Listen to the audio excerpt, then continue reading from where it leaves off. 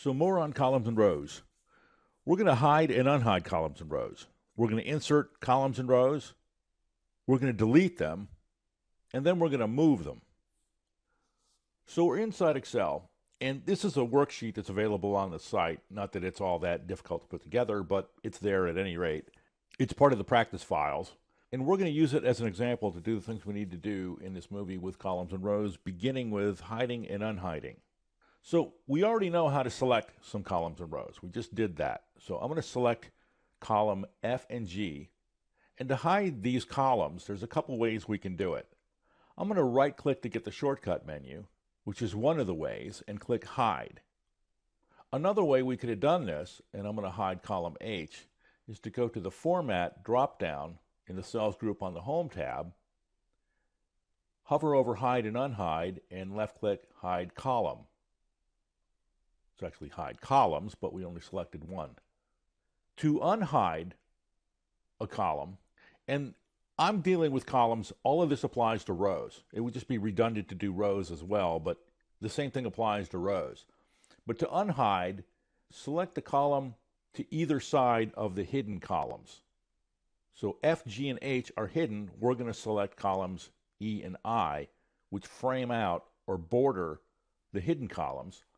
We can right-click and select Unhide on the shortcut menu, or we can go back to the Cells group, the Format command, Hide, Unhide, left-click Unhide Columns.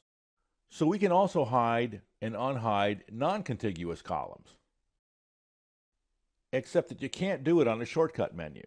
The Hide option is not showing on the shortcut menu, but it will be on the Format command button, Hide Columns. And by the way, what we're doing when we're hiding columns is we're setting the column width to 0, because I can select, let's say, column K, go to the Format tab, select column width, set it to 0, enter, and we, in effect, hide that column. We can unhide the columns that are non-contiguous using the shortcut menu, though. And there's a little bit of a twist when you have column A hidden, and I'm going to hide column A using the shortcut menu. The problem with column A is that you can't select the columns to the left and to the right of column A because there is no column to the left of column A. So what you can do is go to the name box, insert a cell address to move the cursor into column A, and I could have chosen A1, A1000, doesn't really matter. I want to end up in column A, and then go back to the Format tab, column width, and set it to anything other than 0, like let's say 12, and we in effect unhide column A. So inserting columns and rows. Before I do this, I'm going to put a count blank function to count the number of columns and to count the number of rows. Because we're going to insert some columns and rows, and what you might think would happen is we are actually expanding the size of the worksheet. We're actually not doing that, though. We are moving the data that's contained in the worksheet around, is really what we're doing. So again, I can insert a column by the shortcut menu, right-clicking to get the shortcut menu, choosing Insert, and I insert a column. I can also insert columns non-contiguously, either with the shortcut menu, we see Insert there, or go into the Insert command in the Cells group, Insert Sheet Columns. So each time I did that, the number of columns was 16,384, and it's still 16,384. In fact, I'm going to insert 3 more columns, and it's 16,384. So what we're doing is moving the content around. And the same thing is true with rows. I'm going to insert 2 rows.